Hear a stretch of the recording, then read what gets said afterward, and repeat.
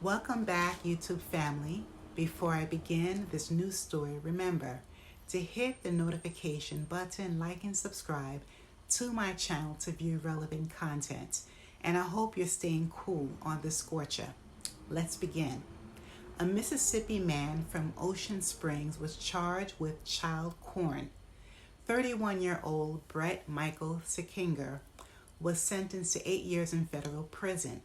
Previously, Brett Sekinger admitted to having computers and tech devices with visual, video, and images of children, mainly under 12 years old. He was able to obtain these child porn from bulletins online. Deputies allowed him to be released early, just serving some of his jail time. And his incentive was supervised release for the next 10 years. Soon afterwards, in July, his probation officer, Ryan Medeiros, filed a petition in Gulfport federal court to arrest Brett Sekinger for violating probation due to a hidden laptop. The probation officer discovered a hidden laptop in his home with, what do you know, child porn. In my opinion, criminals who are released early must get counseling simultaneously. Some state prisons offer therapy programs for ex-offenders, and still so many states don't. The Federal Bureau of Prisons offers the ex-offender treatment programs, SOTP, only at SOMP institutions. It's an ex-offender therapy program that has two options: non-residential ex-offender treatment program, SOTPNR, and residential ex-offender treatment programs, SOTPR. Mississippi and other states have halfway houses with one-stop shelter, legal services, therapy, food, and additional resources. Most of these halfway houses help offenders to reintegrate into society. Now, even though Brett Sekinger had so-called good behavior, effective therapy is needed in these cases, along with registering in his state as an ex-offender. Specifically in Mississippi, all registered offenders must personally appear at a driver's license station to re-register every 90 days to be photographed, verify residence, telephone numbers, full name, employment, including the work details. Oftentimes, certain types of offenders re-enter society with the same degree of illnesses. Being incarcerated away from children doesn't heal them or form effective cognitive rehabilitation. Under SORA, the Ex-Offender Registration Act, it assists local law enforcement agencies to protect communities by 1. Requiring ex-offenders to register with the state, and 2. Providing information that the public should know about the ex-offenders living in their communities. And this act began on January 21st, 1996. Registered ex-offenders must follow certain rules in order to remain compliant with the requirements, such as check in with authority, report their location and new employment. Failure to comply with the reporting requirements may result in violations.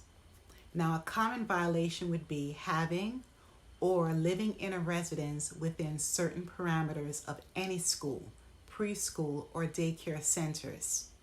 While researching online, many criminals are slipping through the cracks, applying to jobs that tend not to have background checks, valid reference resources, and legitimate documentation.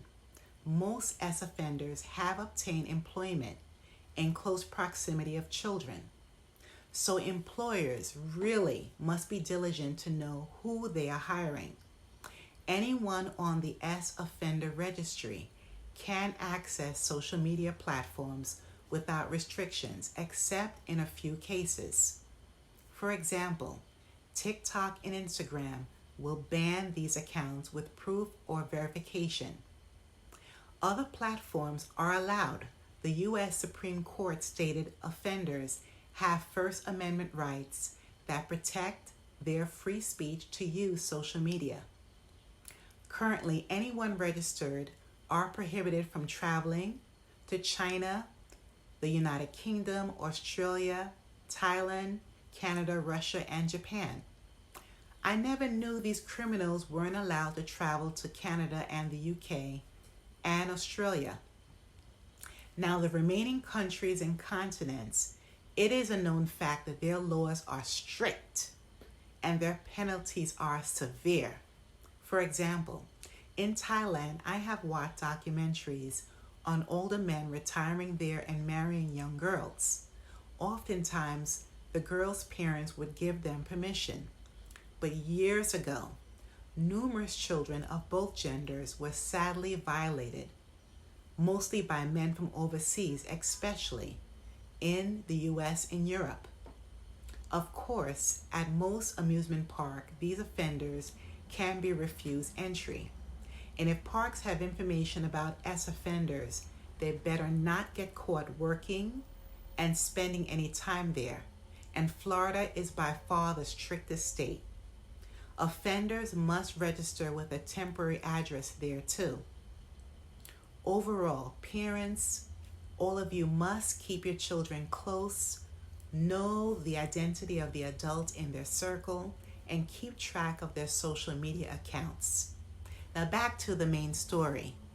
Currently, Brett Sekinger is waiting in federal custody for his final revocation hearing.